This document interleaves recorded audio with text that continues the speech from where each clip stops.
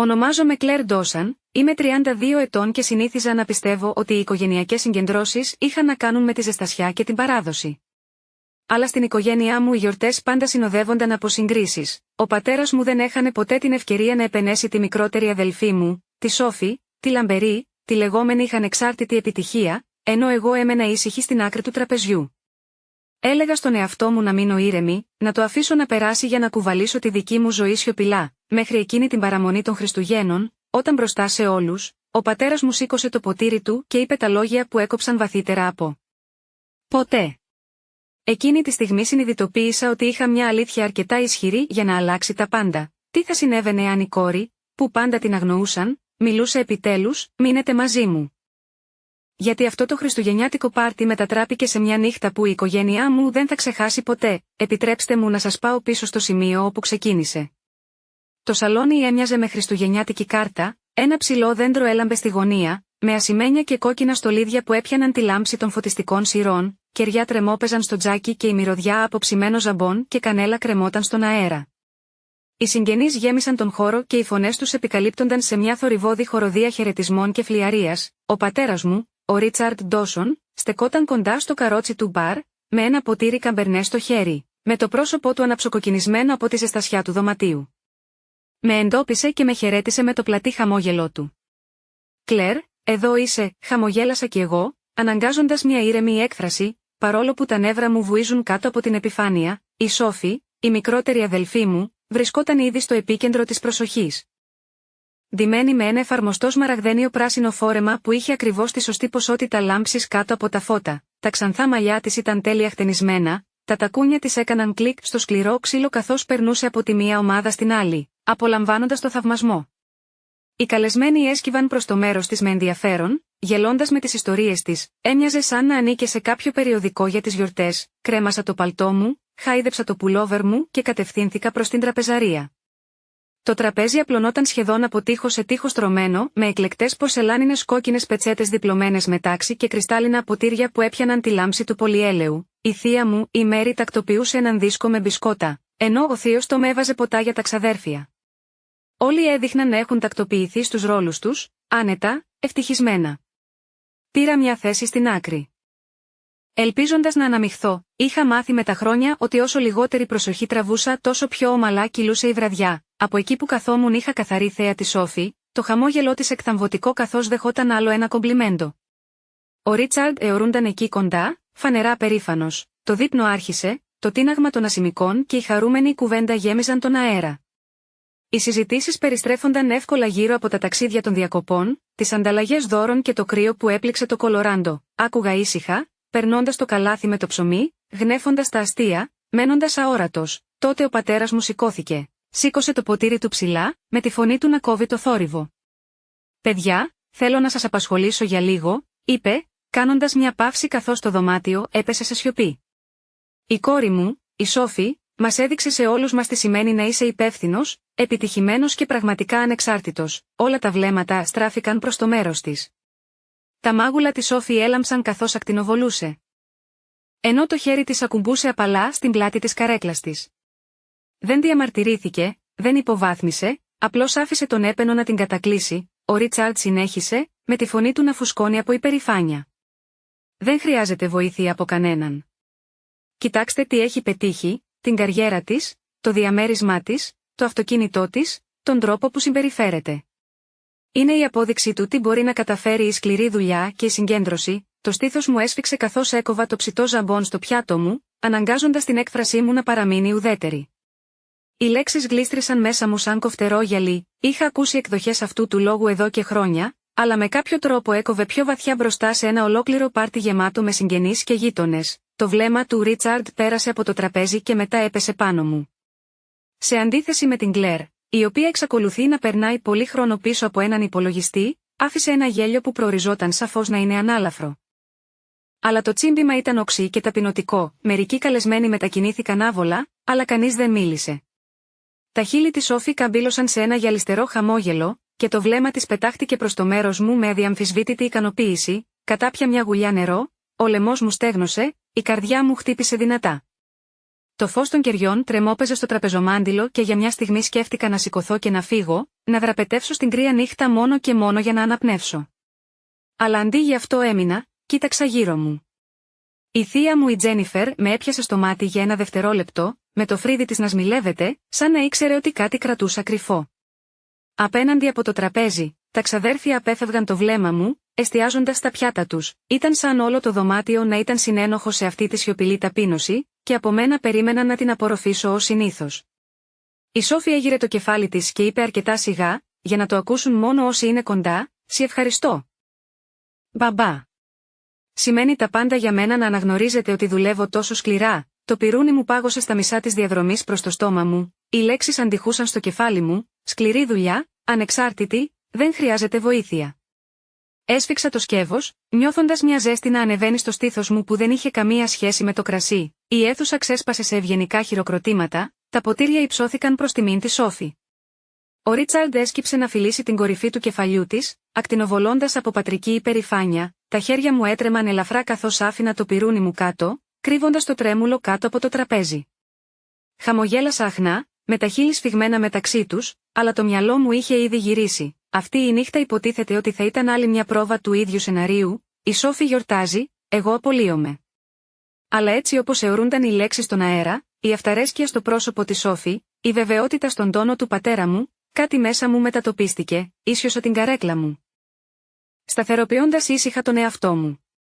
Η ζεστασιά του δωματίου με πίεζε, οι ήχοι από τα ποτήρια που τσουγκρίστηκαν και τα γέλια γύρω μου, κανείς δεν είχε ιδέα τι επρόκειτο να πω ή πόσο γρήγορα θα άλλαζε αυτή η γιορτή. Και καθώς ήπια άλλη μια αργή γουλιά νερό, συνειδητοποίησα ότι δεν ένιωθα πια νευρικότητα. Ένιωθα έτοιμη, οι φωνές γύρω μου χάθηκαν σε μια θολούρα καθώς άφησα το ποτήρι μου στο τραπέζι. Το κέφι στο δωμάτιο συνεχίστηκε, αλλά μέσα μου κάτι είχε αλλάξει. Δεν ήμουν η ίδια γυναίκα που συνήθιζε να κάθεται ήσυχα σε αυτές τις συγκεντρώσεις, χαμογελώντας ευγενικά, ενώ η Σόφη απολάμβανε την προσοχή. Το στήθος μου ανέβαινε και έπεφτε αργά, και με κάθε αναπνοή ένιωθα λίγο πιο δυνατή, λίγο πιο σταθερή, καθώς ο πατέρας μου ξεκίνησε άλλη μια ιστορία για τη λεγόμενη προαγωγή χτη Σόφη, το μυαλό μου γλίστρισε σε χρόνια νωρίτερα. Μπορούσα να δω τον εαυτό μου να κάθεται σε αυτό το ίδιο σπίτι, ίσως πριν από 5 Χριστούγεννα. Ακούγοντας το ίδιο ρεφρέν, η Σόφη μόλις είχε πιάσει δουλειά στην μπουτίκ στο Τσέρικα Παρογιώτα Κάπα, και ο μπαμπάς την αντιμετώπιζε σαν να είχε γίνει διευθύνων σύμβουλος μιας εταιρείας Fortune 500. Την αποκαλούσε ανερχόμενο αστέρι, μια φιλόδοξη, κάποια που ήξερε να στέκεται στα πόδια της. Μετά με κοίταξε και είπε ότι θα έπρεπε να ακολουθήσω το παράδειγμά της. Εκείνο το βράδυ γύρισα σπίτι μου σιωπηλός. Το διαμέρισμά μου τότε ήταν μικροσκοπικό, μόνο ένα υπνοδωμάτιο και ένα γραφείο κολλημένο στον τοίχο, όπου δούλευα μέχρι αργά τη νύχτα. Θυμάμαι να κοιτάζω την οθόνη του υπολογιστή μου μέχρι να θολώσουν τα μάτια μου, να φτιάχνω έναν ιστότοπο από το μηδέν, να διαπραγματεύομαι με προμηθευτές που μόλις και μετά βίας ήξεραν το όνομά μου, να συσκευάζω παραγγελίες στο πάτωμα του σαλονιού μου. Δεν είχα κανένα γυαλιστερό τίτλο, κανένα γωνιακό γραφείο, αλλά είχα κότσια και ήξερα ότι έχτιζα κάτι που είχε σημασία. Τα χρόνια κυλούσαν μπροστά και το ίδιο και οι συγκρίσεις. Πασχαλινό γεύμα. Μπάρμπεκιου της 4 Ιουλίου, δείπνα την ημέρα των ευχαριστειών πάντα με το ίδιο σενάριο, η Σόφη με τα ακριβά ρούχα και τα τέλεια μαλλιά της, ο μπαμπάς να επενεί την ανεξαρτησία της, εγώ να περνάω στο παρασκήνιο, έμαθα να κρατάω τις νίκες μου μυστικές, γιατί στα μάτια τους δεν ήταν έτσι και αλλιώς πραγματικές νίκες. Για αυτούς, ήμουν απλά ένας υπολογιστής που σπαταλούσε τον χρόνο του. Μπορώ ακόμα να θυμηθώ το κάψιμο των λόγων του πατέρα μου κατά τη διάρκεια ενός καλοκαιρινού μαγειρέματος. Είχε γύρει πίσω στην καρέκλα του, με την πύρα στο χέρι, και είχε πει στα ξαδέλφια μου ότι η Σόφη ήταν η αξιόπιστη, η κόρη που θα τον έκανε περήφανο. Στη συνέχεια έγνεψε προς το μέρος μου και είπε: «Έπρεπε να σοβαρευτώ με τη ζωή». Το γέλιο που ακολούθησε με έκαψε τόσο βαθιά, που το ακούω ακόμα αν κλείσω τα μάτια μου. Αυτό που κανείς δεν είδε ήταν ο τρόπος που πίεζα περισσότερο μετά από κάθε αδικία. Ενώ η Σόφη πόζαρε μπροστά από το νέο της διαμέρισμα με ένα ποτήρι σαμπάνια. Εγώ διαπραγματευόμουν μαζικές παραγγελίες από κατασκευαστές στο Όρεγκον και το Τέξας, ενώ εκείνη καυχιόταν για ένα ταξίδι για ψώνια στο Λος Άντζελες. Εγώ γέμιζα το σουμπάρου μου με αποστολές εξοπλισμού κάμπινγκ για να τα παραδώσω στην αποθήκη στο Commerce City. Και ενώ ο μπαμπάς απέρριπτε τη δουλειά μου ως παιχνίδι γύρω από τον τραπεζικό μου λογαριασμό, έλεγε μια πολύ διαφορετική ιστορία. Μέχρι το 2020, είχα πετύχει το πρώτο μου $500,000 σε έσοδα, θυμάμαι να κοιτάζω τον αριθμό στην οθόνη μου, με δάκρυα στα μάτια. Ήθελα τόσο πολύ να το πω στον μπαμπά για να ακούσω έστω και μια μικρή λέξη υπερηφάνειας, αλλά κάτι μέσα μου ήξερε ότι δεν θα είχε σημασία. Πίστευε σε αυτό που μπορούσε να δει ένα κατάστημα με ράφια από φορέματα, πελάτισσες που μπαινόβγαιναν στη Σόφη, χαμογελαστή πίσω από τον πάγκο. Δεν μπορούσε να φανταστεί μια γυναίκα να βγάζει χρήματα από ένα λάπτοπ, καθώς αυτές οι αναμνήσεις γέμιζαν το μυαλό μου. Ο ήχος του γέλιου από την τραπεζαρία με τράβηξε πίσω. Η Σόφη επιδείκνυε ένα καινούριο διαμαντένιο βραχιόλι, γυρίζοντας τον καρπό της ώστε το φως να το χτυπήσει σωστά. Οι καλεσμένοι, ο Οτ και ο Έιντε, ο μπαμπάς γελούσε περήφανα και ένιωσα το γνωστό τσίμπημα να σφίγγει το στήθος μου. Η θεία Τζένιφερ έσκυψε ελαφρά προς το μέρος μου, με τη φωνή της χαμηλόφωνα. «Είσαι καλά, Κλέρ», τα μάτια της ήταν απαλά και γνώριζαν. Πάντα ήταν εκείνη που παρατηρούσε όταν αποτραβιόμουν στον εαυτό μου, της έκανα ένα μικρό νεύμα, αν και η αλήθεια πίεζε βαριά τη γλώσσα μου. Χάιδεψε το χέρι μου και έστρεψε την προσοχή της πίσω στο τραπέζι, αλλά έπιασα την αναλαμπή της αμφιβολίας στο βλέμμα της. Υποπτευόταν περισσότερα από όσα έδειχνε. Πήρα το πιάτο μου σπρώχνοντας τα πράσινα φασόλια γύρω-γύρω, ενώ η Σόφη ξεκίνησε μια ιστορία για ένα ταξίδι για ψώνια στο Σικάγο. Μίλησε για πωλήσεις σχεδιαστών με σαμπάνια σε πρόποση σε ένα δείπνο στην ταράτσα. Κάποιος γέλασε με το γρήγορο πνεύμα της. Χωρίς να αναρωτηθεί ούτε μια φορά πως ο μισθός ενός διευθυντή λιανικής πώλησης μπορούσε να χρηματοδοτήσει αυτού του είδους τον τρόπο ζωής. Μέσα μου οι σκέψεις μου στράφηκαν πιο σφιχτά. 2 χρόνια νωρίτερα, η Σόφη είχε εμφανιστεί στο διαμέρισμά μου, με μάσκαρα στα μάγουλά της, παρακαλώντας με να τη βοηθήσω να καλύψει τον νίκη της. Έλεγε ότι πνιγόταν, ότι οι πιστωτικές της κάρτες είχαν εξαντληθεί, ότι δεν μπορούσε να αφήσει τον μπαμπά να το μάθει. Μπορούσα ακόμα να δω τα χέρια της να σφίγγουν τα δικά μου, υποσχόμενη ότι θα με ξεπληρώσει ότι αυτό ήταν προσωρινό. Η καρδιά μου πονούσε τότε για αυτήν και συμφώνησα να της μεταφέρω $4.000 το μήνα, μέχρι να σταθεί ξανά στα πόδια της. Νόμιζα ότι θα διαρκούσε μερικούς μήνες, πίστευα ότι θα μείωνε τα έξοδά της, ίσως θα μείωνε το διαμέρισμά της και θα έπαιρνε επιπλέον βάρδιες. Αλλά αντί για αυτό, τα χρήματα έγιναν η σανίδα σωτηρίας της για να ζήσει ένα ψέμα, το καινούριο διαμέρισμα στο Cherry Creek, το αυτοκίνητο με τα δερμάτινα καθίσματα. Η ατελείωτη σειρά από τσάντες, όλα χρηματοδοτήθηκαν από το λεγόμενο χόμπι μου, τώρα ήταν εδώ και έλαμπε κάτω από τα χριστουγεννιάτικα φώτα, φορώντας άλλο ένα ακριβό φόρεμα, αφήνοντας τον μπαμπά να επενεί την ανεξαρτησία της.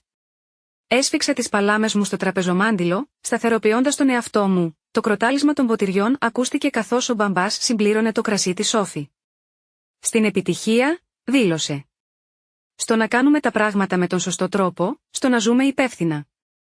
Με κοίταξε προς το μέρος μου με ένα μηδίαμα που έμοιαζε με χαστούκι. Ίσως μια μέρα και η Κλέρ βρει το δρόμο της, η ζέστη ανέβηκε στο λαιμό μου.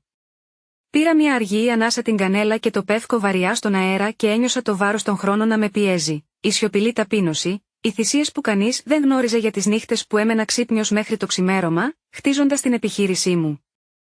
Ενώ η Σόφη κοιμόταν σε μεταξωτά σεντόνια που είχα ουσιαστικά πληρώσει. Κοίταξα τη Σόφη απέναντι από το τραπέζι, χαμογέλασε γλυκά γέρνοντας το κεφάλι της σε προσποιητή ταπεινότητα, καθώς όλοι χειροκροτούσαν ξανά. Δεν είχε ιδέα ότι η τέλεια εικόνα της ισορροπούσε πάνω σε μια κλωστή και εγώ κρατούσα το ψαλίδι, άπλωσα ξανά το χέρι μου για το ποτήρι με το νερό, με τα χέρια μου σταθερά αυτή τη φορά. Η κουβέντα ανέβηκε πυρούνια ξύστηκαν πάνω σε πιάτα, αλλά εγώ δεν άκουσα σχεδόν τίποτα από αυτά. Οι σφιγμοί μου είχαν επιβραδυνθεί και για πρώτη φορά μετά από χρόνια ένιωθα εντελώς ήρεμη, η στιγμή πλησίαζε, μπορούσα να το νιώσω, ο αέρας γύρω μου σχεδόν βούιζε. Ήξερα ότι η απόψινή βραδιά δεν θα τελείωνε όπως περίμεναν η Σόφη ή ο πατέρας μου. Ήταν πριν από 2 χρόνια όταν η Σόφη εμφανίστηκε στο διαμέρισμά μου στο κέντρο του Ντένβερ. Ένα γκρίζο κυριακάτικο απόγευμα, με τη μάσκαρα της πασαλιμένη και τους ώμους της να τρέμουν, είχα ξεπακετάρει ένα φορτίο από σόμπες για κάμπινγκ στο σαλόνι μου. Το πάτωμα ήταν γεμάτο κουτιά όταν άκουσα το μανιασμένο χτύπημά της. Στεκόταν στην πόρτα κρατώντας την τσάντα της σαν να ήταν σανίδα σωτηρίας και ξέσπασε σε κλάματα τη στιγμή που την άφησα να μπει μέσα. «Δεν μπορώ να το κάνω άλλο αυτό», φώναξε, καταραίοντας τον καναπέ μου. «Οι λογαριασμοί συνεχίζουν να συσσωρεύονται. Οι πιστωτικές μου κάρτες έχουν εξαντληθεί. Έχω μείνει 3 εβδομάδες πίσω στο ενίκιο.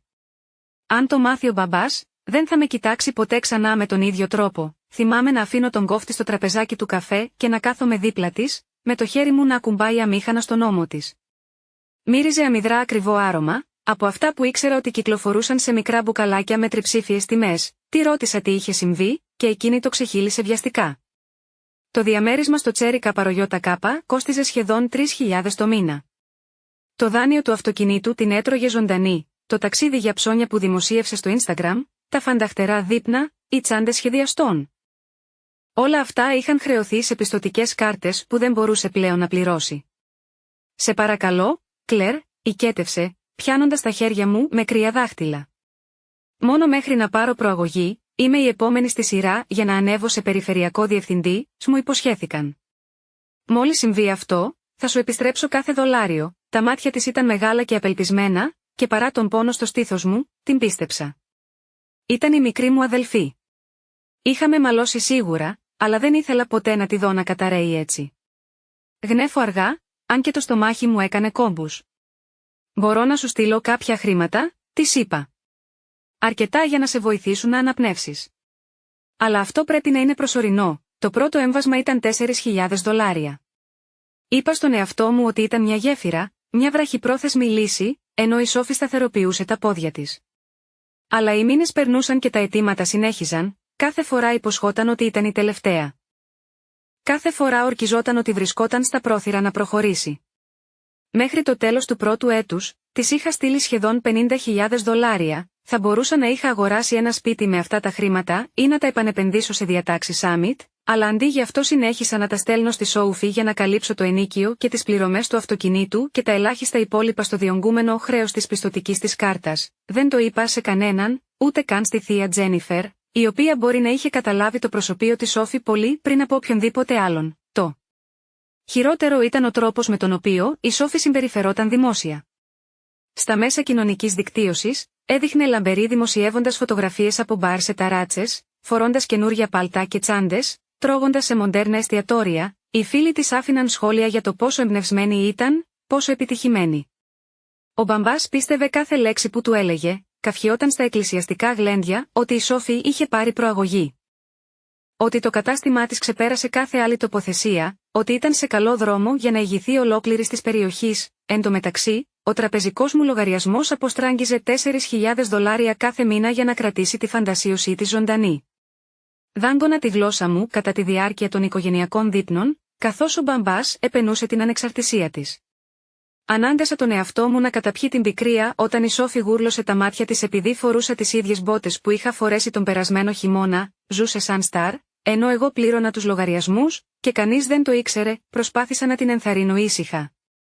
«Σόφη, ίσως θα έπρεπε να μετακομίσεις σε ένα μικρότερο σπίτι», πρότεινα ένα βράδυ, όταν μου τηλεφώνησε κλαίγοντας για άλλη μια ληξιπρόθεσμη ειδοποίηση. «Θα μπορούσες να εξοικονομήσεις χρήματα», αλλά εκείνη το απέρριψε αμέσως. «Δεν μπορώ. Κλέρ. Η εικόνα μου έχει σημασία. Ο κόσμος περιμένει από μένα να ζω με έναν συγκεκριμένο τρόπο. Η εικόνα». Αυτή ήταν η λέξη στην οποία προσκολήθηκε σαν η φήμη να μπορούσε να κρατήσει τα φώτα αναμένα. Σταμάτησα να διαφωνώ. Συνέχισα να στέλνω τα χρήματα. Τον δεύτερο χρόνο, ήξερα την αλήθεια που αρνιόταν να παραδεχτεί. Η Σόφη δεν ανέβαινε πουθενά. Ο μισθός της παρέμενε στα 52.000 δολάρια το χρόνο, που με δυσκολία έφτανε για να συντηρήσει τη ζωή που επιδείκνυε. Η λεγόμενη προαγωγή δεν ήρθε ποτέ. Το μπόνους για το οποίο καυχιόταν τα περασμένα Χριστούγεννα δεν ήταν τίποτα άλλο παρά μια ακόμη εφεύρεση. Κι όμως, συνέχισε να αφήνει τον μπαμπά να την κρατάει ως παράδειγμα, ενώ χρησιμοποιούσε εμένα ως προειδοποιητικό παράδειγμα, κουβαλούσα αυτή τη γνώση σαν πέτρα στο στήθος μου, σιωπηλή και βαριά. Είπα στον εαυτό μου ότι ήταν οικογενειακό καθήκον. Είπα στον εαυτό μου ότι προστάτευα τον μπαμπά από την απογοήτευση. Είπα στον εαυτό μου ότι η Σόφη θα το άλλαζε, αλλά όσο περνούσε ο καιρός, τόσο πιο ξεκάθαρο γινόταν. Δεν στηριζόταν μόνο σε μένα. Έχτιζε τον θρόνο της στην πλάτη μου. Τώρα, καθώς καθόμουν στο χριστουγεννιάτικο τραπέζι, με τα φώτα να λάμπουν και τα ποτήρια κρασιού να γυαλίζουν, κοίταζα τη Σόφη με το γυαλισμένο χαμόγελό της και το σμαραγδένιο φόρεμά της. Οι καλεσμένοι έσκυψαν, κρέμονται από κάθε της λέξη, ενώ το στήθος του πατέρα μου φούσκωνε από υπερηφάνεια. Κανείς τους δεν ήξερε ότι πίσω από τη λάμψη κρυβόταν η απελπισία, ότι κάθε κόσμημα, κάθε ποτήρι σαμπάνιας είχε αγοραστεί με χρήματα που είχα παραδώσει σιωπηλά. Έπιασα την πετσέτα μου στην αγκαλιά μου, νιώθοντας την υφή του λινού ανάμεσα στα δάχτυλά μου. Η ανάμνηση της τρεμάμενης φωνής της Σόφη εκείνο το πρώτο βράδυ στο διαμέρισμά μου αντιχούσε ακόμα, αλλά δεν προκαλούσε πια ήκτο. Προκάλεσε θυμό, σταθερό και οξύ, Με είχε παρακαλέσει για βοήθεια και εγώ της την είχα δώσει. Είχα δώσει περισσότερο από όσο έπρεπε. Αλλά τώρα που καθόμουν εκεί, με όλους να χειροκροτούν την ιστορία της για ένα ξεφάντωμα στα ψώνια στο Σικάγο, κατάλαβα κάτι: ποτέ δεν σχεδίαζε να βγει από την τρύπα. Είχε απλώς μάθει να ζει μέσα σε αυτήν, διακοσμώντας τους τοίχους με δανεικά πράγματα, εμπιστευόμενη εμένα ότι θα κρατούσα το έδαφος από το να καταρρεύσει από κάτω της. Σήκωσα τα μάτια μου και την έπιασα να με κοιτάζει από την άλλη πλευρά του τραπεζιού. Για ένα κλάσμα του δευτερολέπτου, τα βλέμματά μας κλείδωσαν. Χαμογέλασε, αλλά πίσω από αυτό, είδα την αναλαμπή των νεύρων, μια μικρή σκιά στην κατά τα άλλα άψογη αποδοσή της. Ίσως αισθάνθηκε ότι είχα φτάσει στα όρια μου. Ίσως ήξερε ότι απόψε, μπροστά σε όλους, μπορεί τελικά να σταματούσα να την προστατεύω. Ακούμπησα προσεκτικά την πετσέτα μου, με τους χτύπους της καρδιάς μου να είναι πλέον σταθεροί. Το βουητό της συζήτησης γέμισε ξανά το δωμάτιο, αλλά στο μυαλό μου, το μόνο που άκουγα ήταν η σιωπηλή αλήθεια που κουβαλούσα εδώ και 2 χρόνια, και για πρώτη φορά. Δεν φοβόμουν να την αφήσω να βγει προς τα έξω, το κροτάλισμα των πυρουνιών και το χαμηλό βουητό της συζήτησης γέμισαν την τραπεζαρία, καθώς ο πατέρας μου σηκώθηκε ξανά από την καρέκλα του. Η φωνή του βροντοφώναξε πάνω από το τραπέζι, ζεστή από υπερηφάνεια, και όλοι σώπασαν. Σήκωσε το ποτήρι του ψηλά, με το φως του πολυέλαιου να πιάνει τον κόκκινο στροβιλισμό του κρασιού. «Θέλω να αφιερώσω άλλη μια στιγμή», είπε, με τα μάτια του να λάμπουν καθώς έπεφταν πάνω στη Σόφη. «Η μικρότερη κόρη μου μας έκανε όλους υπερήφανους. Μας έδειξε πως η αποφασιστικότητα αποδίδει, πως μια νεαρή γυναίκα μπορεί να τα καταφέρει μόνη της σε αυτόν τον κόσμο». Οι καλεσμένοι έγνεψαν και μουρμούρισαν τη συμφωνία τους. Η Σόφη χαμήλωσε τις βλεφαρίδες της, προσποιούμενη τη μετριοφροσύνη, αλλά μπορούσα να δω την καμπύλη των χιλιών της, το ικανοποιημένο μηδίαμα που προσπαθούσε να κρύψει. Της άρεσε αυτό. Πάντα της άρεσε, ο πατέρας μου συνέχισε. Τα λόγια του ήταν πιο εύκολα με κάθε γουλιά κρασί. Δεν στηρίζεται σε κανέναν. Δεν χρειάζεται βοήθεια. Πληρώνει μόνη της τους λογαριασμούς, ζει σε αυτό το όμορφο διαμέρισμα, οδηγεί ένα αυτοκίνητο που κέρδισε μόνη της, κοιτάξτε την απόψε, επιτυχημένη και ανεξάρτητη. Αυτό είναι που εγώ ονομάζω υπευθυνότητα. Οι λέξεις με χτύπησαν σαν σφυρί.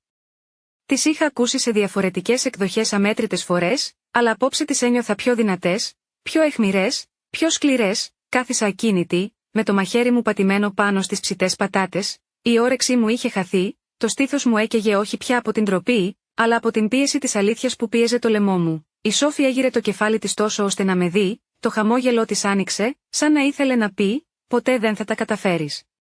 Χάιδεψε το βραχιόλι στον καρπό της, αφήνοντάς τον να λάμπει στο φως των κεριών. Και ψιθύρισε στον ξάδερφο δίπλα της για ένα πρόσφατο ταξίδι στο Σικάγο. Γέλασαν και οι δύο και είδα τον πατέρα μου να ακτινοβολεί. Άκουσα κι εγώ ένα γέλιο, αλλά προήλθε από το δικό μου στόμα, ήσυχο και πικρό. Η Τζένιφερ με κοίταξε από την άλλη άκρη του τραπεζιού, με τα φρύδια της αυλακωμένα. Ήξερε ότι κάτι με αναστάτωνε. Ο πατέρας μου χτύπησε το ποτήρι του πάνω στο ποτήρι της Σόφη, και ο ήχος που ακούστηκε αντιχούσε στο δωμάτιο. «Έτσι μοιάζει η σκληρή δουλειά», είπε περήφανα. «Και ίσως μια μέρα η Κλέρα ακολουθήσει το παράδειγμα της αδελφής της». Αυτό ήταν όλο. Η ατάκα που είχα ακούσει 100 φορές πριν. Τα χέρια μου δεν έτρεμαν πια. Δίπλωσα την πετσέτα μου τακτοποιημένα δίπλα στο πιάτο μου, άφησα το πυρούνι μου κάτω με προσοχή και έσπρωξα την καρέκλα μου λίγο προς τα πίσω, ώστε το ξύλο να τρίζει στο πάτωμα. Η κουβέντα κόπασε, καθώς μερικά κεφάλια στράφηκαν προς το μέρος μου. Ίσιοσα το κάθισμά μου. Νιώθοντας τη ζέστη του τζακιού στην πλάτη μου και τη μυρωδιά της κανέλας βαριά στον αέρα, μπορούσα να δω τη Σόφη να με παρακολουθεί τώρα, το χαμόγελό της να σκληραίνει, η αυτοπεποίθηση στα μάτια της να τρεμοπαίζει σαν κερί που ετοιμάζεται να σβήσει. Ο πατέρας μου φαινόταν αμήχανος. «Κλέρ», κράτησα την έκφρασή μου ήρεμη, σχεδόν ευχάριστη, τη φωνή μου σταθερή. «Μπαμπά, λες ότι η Σόφη δεν χρειάζεται βοήθεια από κανέναν, ότι είναι ανεξάρτητη, ότι πληρώνει τα πάντα μόνη της», έγνεψε γρήγορα, έτοιμος να το επιβεβαιώσει, αλλά δεν τον άφησα. Χαμογέλασα αχνά. Το είδος του χαμόγελου που δεν έφτανε μέχρι τα μάτια μου. «Τότε θα χαρείς να μάθεις ότι δεν θα χρειαστεί τις $4.000 που τη στέλνω κάθε μήνα». Οι λέξεις γλίστρησαν στον αέρα σαν πέτρα που πέφτει σε μια ακίνητη λίμνη. Ο ήχος της συζήτησης σταμάτησε. Τα πυρούνια πάγωσαν στον αέρα. Τα γυαλιά αιωρούνταν ξεχασμένα. Η σιωπή που ακολούθησε ήταν πιο δυνατή από κάθε γέλιο που είχαμε ακούσει όλη τη νύχτα. Το πρόσωπο της Σόφη έχασε το χρώμα του, τα χείλη της άνοιξαν σαν να ήθελε να μιλήσει, αλλά δεν ακούστηκε κανένας ήχος. Ο πατέρας μου ανοιγόκλεισε τα μάτια, μπερδεμένος, και το ποτήρι του έπεσε αργά στο τραπέζι. Οι καλεσμένοι κοίταξαν από εμένα στη Σόφη, με τις εκφράσεις τους να αλλάζουν από σοκ σε περιέργεια, περιμένοντας κάποιον να σπάσει την ησυχία. Πήρα άλλη μια γουλιά νερό, με τα χέρια μου σταθερά, και άφησα το ποτήρι κάτω. Γύρω μου το πάρτι είχε σταματήσει, τα χριστουγεννιάτικα φωτάκια έλαμπαν πίσω από το παγωμένο χαμόγελο της Σόφη. Η θεία Μέρη έβηχε απαλά, προσπαθώντας να κρύψει τη δυσφορία της, αλλά αυτό έκανε τη σιωπή πιο αφόρητη. Τελικά μίλησε ο πατέρας μου, με τη φωνή του τραχιά. «Τι είπες μόλις τώρα?» Ένωσα τα χέρια μου στα γόνατά μου, η καρδιά μου χτυπούσε δυνατά, αλλά η φωνή μου ήταν ομοιόμορφη. Είπα ότι η Σόφη δεν θα χρειάζεται πια τα $4.000 το μήνα. Εξάλλου, είναι επιτυχημένη και ανεξάρτητη, έτσι δεν είναι? Η ένταση στο δωμάτιο έσπασε σαν τεντωμένη χορδή. Οι καλεσμένοι μετακινήθηκαν στις θέσεις τους, άρχισαν οι ψίθυροι και το χέρι της Σόφη πέταξε στο κολλιέ της, κούνησε γρήγορα το κεφάλι της, τα μάτια της έκαναν βόλτες γύρω από το τραπέζι ψάχνοντας για μια διέξοδο. «Μπαμπά, σε παρακαλώ», ψιθύρισε, αλλά η φωνή της έσπασε. Δεν είναι αυτό που ακούγεται, αλλά κράτησα το βλέμμα μου πάνω της ήρεμο και σταθερό, και για πρώτη φορά μετά από χρόνια δεν κοίταξα αλλού. Ο πατέρας μου με ανοιγόκλεισε τα μάτια σαν να είχε ακούσει λάθος. Έσκυψε μπροστά αληθορίζοντας ελαφρά. Με το ποτήρι κρασί του ακόμα στο χέρι, το δωμάτιο ήταν τόσο ήσυχο που μπορούσα να ακούσω το αχνό βουητό του καλοριφέρ που έπαιρνε μπρος στο διάδρομο. Η συζήτηση είχε σβήσει αμέσως. Όλα τα μάτια γύρω από το τραπέζι έστρεφαν τα βλέμματά τους ανάμεσα σε μένα και τη Σόφη περιμένοντας κάποιον να εξηγήσει αυτό που μόλις είχα πει. Άφησα τη σιωπή να διαρκέσει λίγο ακόμα και μετά μίλησα ξανά αργά και σταθερά. $4.000. Κάθε μήνα. Τα τελευταία 2 χρόνια, οι λέξεις κύλησαν στο δωμάτιο σαν κεραυνός. Ένα πυρούνι χτύπησε σε ένα πιάτο κοντά στην άκρη του τραπεζιού. Μια από τις ξαδέλφες μου λαχανιάστηκε απαλά. Ακόμα και τα παιδιά στο σαλόνι φάνηκε να έχουν ησυχάσει διαισθανόμενα ότι κάτι συνέβαινε. Η Σόφη έβγαλε ένα απότομο γέλιο που ακουγόταν πολύ εύθραυστο. «Κλέρ, τι είναι αυτά που λες?» είπε γρήγορα, με τα μάτια της να στρέφονται νευρικά προς τον μπαμπά.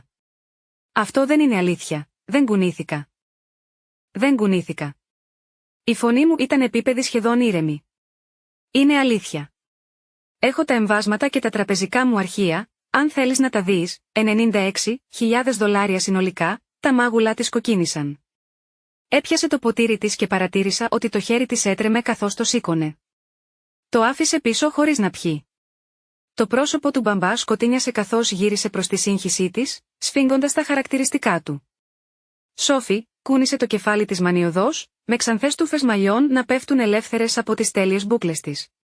«Μπαμπά, το κάνει να ακούγεται χειρότερο από όμικρον με τόνο». «Τι είναι χειρότερα από όμικρον με τόνο?» «Τι είναι?» Παρενέβηκα, με τον τόνο μου πιο έντονο τώρα. «Με παρακάλεσες, Σόφη?» Ήρθες στο διαμέρισμά μου κλαίγοντας ότι δεν μπορούσες να πληρώσεις τον νίκη, ότι οι πιστωτικές σου κάρτες ήταν στο όριο, ότι θα με ξεπλήρωνες μόλις έπαιρνες προαγωγή.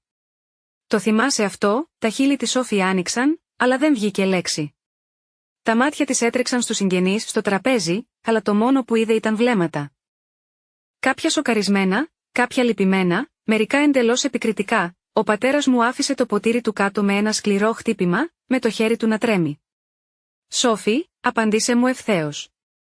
Έπαιρνες χρήματα από την αδελφή σου?» Δάκρυα έτρεξαν στα μάτια της. «Θα την ξεπλήρωνα», ψιθύρισε, με τη φωνή της να σπάει. «Απλά χρειαζόμουν λίγο χρόνο», ένα κύμα μουρμούρας κυμάτισε το δωμάτιο. Η θεία Μέρη έσφιξε την πετσέτα της στο στήθος της. Ο θείος Τομ κούνησε αργά το κεφάλι του, τα ξαδέρφια μου μετακινήθηκαν άβολα, αποφεύγοντας την οπτική επαφή. Το σαγόνι του πατέρα μου έσφιξε, η φωνή του ανέβηκε. «Εδώ και 2 χρόνια καφιέμαι στους φίλους και την οικογένεια για την ανεξαρτησία σου και εσύ ζεις από τα χρήματα της αδελφής σου». «Δεν ήταν φιλανθρωπία», φώναξε η Σόφη, με τη φωνή της να σπάει. «Ήταν δάνειο», είπα, με τον τόνο μου παγωμένο. «Ένα δάνειο χωρίς όρους, χωρίς τόκους, χωρίς ημερομηνία λήξης. Ένα δάνειο που δεν αναγνώρισες ούτε μια φορά». Όταν ο μπαμπάς με αποκάλεσε αποτυχημένο μπροστά σε όλους, κάλυψε το πρόσωπό της με το χέρι της, με λυγμούς να βασανίζουν τους ώμους της. Το ακριβό της βραχιόλι έπιανε το φως καθώς γλιστρούσε στον καρπό της, μια έντονη αντίθεση με την εικόνα απόγνωσης που ήταν τώρα. Ο μπαμπάς απομακρύνθηκε από το τραπέζι τόσο ξαφνικά που η καρέκλα του έτριξε πάνω στο σκληρό ξύλο. Στάθηκε απειλητικά πάνω από τη Σόφη, με το πρόσωπο του κόκκινο. Μου είπες ότι έβγαζες 90.000 το χρόνο.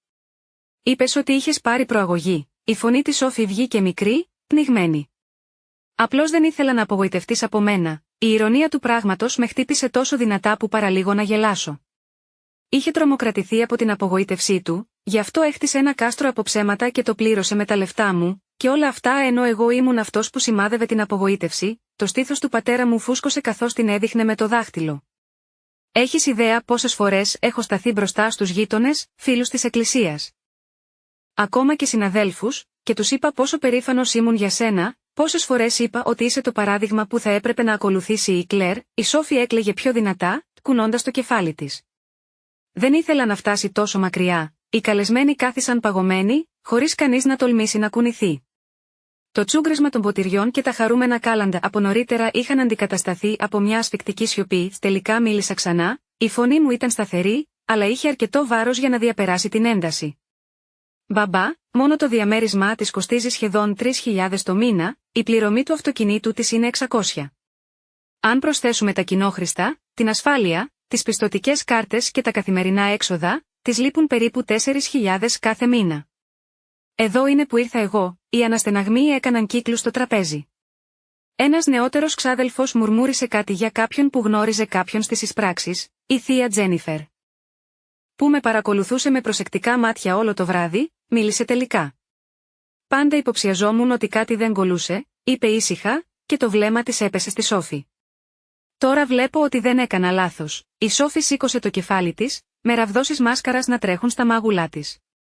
Κλέρ, σε παρακαλώ, παρακάλεσε. Μην το κάνεις αυτό. Όχι εδώ, έσκυψα προς τα εμπρός και την κοίταξα στα μάτια. Δεν είχες κανένα πρόβλημα να αφήσεις τον μπαμπά να μεταπεινώνει εδώ για χρόνια. Έμεινες με σταυρωμένα τα χέρια και τον άφησες να λέει ότι χαραμίζω τη ζωή μου, ενώ εγώ ήμουν αυτή που σε κρατούσε στην επιφάνεια. Οπότε όχι, Σόφη, δεν θα σταματήσω. Οι λυγμοί της έσπασαν πιο δυνατά τώρα, ομοί και αφιλτράριστοι. Έφτασε πέρα από το τραπέζι σαν να ήθελε να πιάσει το χέρι μου, αλλά εγώ τράβηξα το δικό μου πίσω. Ο πατέρας μου πίεσε και τις δύο παλάμες του στο τραπέζι, με τη φωνή του να είναι ένα χαμηλό γρίλισμα. Δεν μπορώ να το πιστέψω αυτό. Μου είπαν ψέματα. Με κορόιδεψαν, για πρώτη φορά δεν ένιωσα το τσίμπημα των λέξεων που απευθύνονταν σε μένα. Δεν με κοίταζε. Κοίταζε εκείνη. Η φλιαρία στο δωμάτιο αυξήθηκε ξανά, οι συγγενείς ψιθύριζαν, τα κεφάλια κουνιόντουσαν, η προσεκτικά κατασκευασμένη εικόνα της Σόφη ξετυλίγονταν σε πραγματικό χρόνο και το ήξερε. Τα μάτια της πετούσαν από τη μια πλευρά του δωματίου στην άλλη, αναζητώντας απεγνωσμένα κάποιον να την υπερασπιστεί, αλλά κανείς δεν μιλούσε. Τελικά, σηκώθηκε απότομα, με την καρέκλα της να γδέρνει στο πάτωμα. Μπαμπά, δεν καταλαβαίνεις. Επέλεξες να πεις ψέματα. Το στήθος της ανέβαινε και έπεφτε γρήγορα καθώς προσπαθούσε να σχηματίσει μια άλλη δικαιολογία, αλλά η φωνή της κόλλησε στο λαιμό της. Κάθισα πίσω στην καρέκλα μου και την παρακολουθούσα να καταραίει.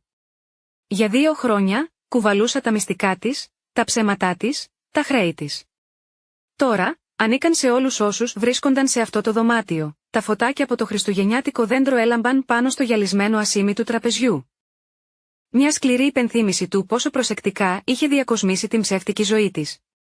Κανείς δεν χειροκρότησε αυτή τη φορά, κανείς δεν χαμογέλασε, το πάρτι που είχε ξεκινήσει με γέλιο και ευθυμία είχε μετατραπεί σε σκηνή, και η μάσκα της Σόφη είχε τελικά πέσει. Ο πατέρας μου βυθίστηκε πίσω στην καρέκλα του, με τους ώμους του βαριά, με τα μάτια του ακόμα καρφωμένα πάνω της. Ο άντρας που κάποτε είχε δει μόνο τη λάμψη της, τώρα την κοιτούσε σαν να ήταν ξένη, και καθώς η Σόφη σκούπιζε το πρόσωπο της με τρεμάμενα χέρια, η σιωπή στο δωμάτιο εντυπωσιάστηκε ακόμα πιο σφιχτά περιμένοντας τι θα επακολουθούσε. Η φωνή του πατέρα μου έσπασε τελικά τη σιωπή, τραχιά και χαμηλή σαν χαλίκι.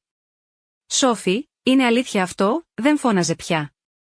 Ο θυμός είχε στραγγίξει σε κάτι πιο βαρύ, κάτι που πλησίαζε περισσότερο στη δυσπιστία. Το πηγούνι της Σόφη έτρεμε καθώς κοίταζε το πιάτο της, χωρίς να μπορεί να τον κοιτάξει στα μάτια. Μπαμπά, δεν είναι αυτό που νομίζεις. Δεν είναι αυτό που νομίζω. Τα λόγια του έσπασαν την ένταση.